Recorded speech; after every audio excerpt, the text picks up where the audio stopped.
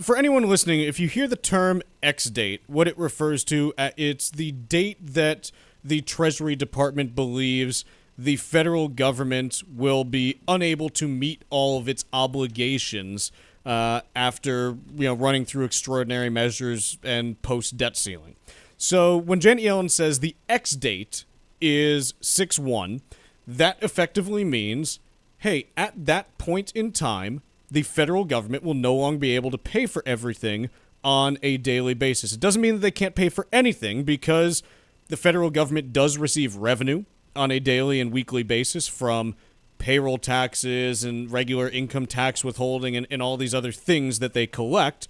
But it's that the revenue they receive is not enough to pay for everything that they're supposed to spend, which is why we run deficits. We borrow that money normally.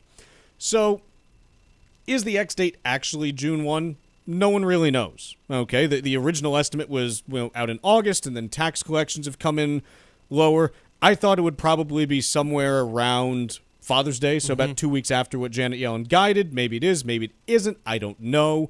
But it's clear that we are now into measuring the distance to it in weeks, not months, and that means there is more urgency. It seems like everyone's sort of kicked into gear here. There's going to be a meeting with Senator Kevin McCarthy on Tuesday the 9th and some other leaders where they'll have further discussions on this. To me, one of the funnier parts of this is the idea, Chuck, and I don't think this will really be incorporated, that perhaps they could just mint $1 trillion coin. Just been going around for a while. Infuse some money. Oh, let's just make up $1 trillion coin and cover everything that way. It does seem like, though, this idea... It's got to be a platinum coin, because that's what... it's got to be a real sweet coin. No, I'm serious. The Treasury is only allowed to mint unlimited denominations of coins if they are in platinum. Oh. It's an actual rule on the books. I believe it. That's the metal you got to go with. It does seem like this idea of perhaps finding a middle ground of kicking this can down the road with a temporary lift so that there could be further compromises or discussions on what to do going forward in terms of budget cuts or leaving things the same.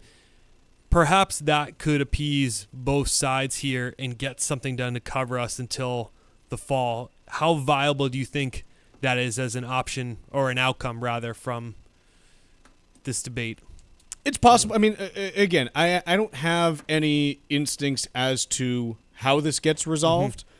My general but generally in history, the last 15 years, this has not been something to actually worry about, because it always gets solved. Okay? Because ultimately, while you may want spending cuts, you may not want to threaten the U.S. with default in order to do so.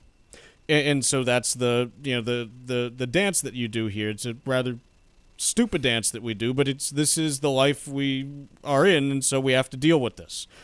So ultimately, I still am of the opinion that something ends up getting done. Exactly what that resolution is, don't know. Don't know. But we're now into measuring this in terms of weeks, and within the next few weeks, we'll probably be into measuring this in terms of days. Definitely. And as such, it's going to continue to make markets more and more nervous as we go here. Again, it's very, very bothersome to me that we have to talk about this, quite honestly, because I've said multiple times, with the level of inflation that you have right now, you absolutely should be pursuing spending cuts. Right. You absolutely should be running lower deficits right now. But I also will say you absolutely should not default on the debt that you have already issued. There's too much at risk to allow for political hubris or just this idea of causing potential defaults over budgeting when there's a clear solution. There's just too much at stake to allow for that to happen. Well, and look, let's be honest. Whenever either party is in power, they don't have any trouble spending whatever money they want. Right. Okay? It's not like during the Trump administration you saw these tiny deficits. They were plenty big too. Okay? No one is really serious from a fiscal responsibility standpoint anymore. And I said this like 5 or 6 years ago that I do find that interesting. That no one cares about deficits or just spending. They don't run it anywhere close to where a household balance sheet runs. Whenever you have the levers in your hand, it's okay, let's run up larger deficits. Whenever you don't, it's let's tighten. And that is true whether you are talking about Republicans or Democrats and how they're handling this. Because you want to show off, look at all the things that I've done and spent money on to improve things. It's not as sexy to say, I've cut all these things off the table No and one I've got wants the budget to cut. back. No, when you're actually in power, no one wants to cut. So I'm just rather disheartened that we're continuing to have to talk about this.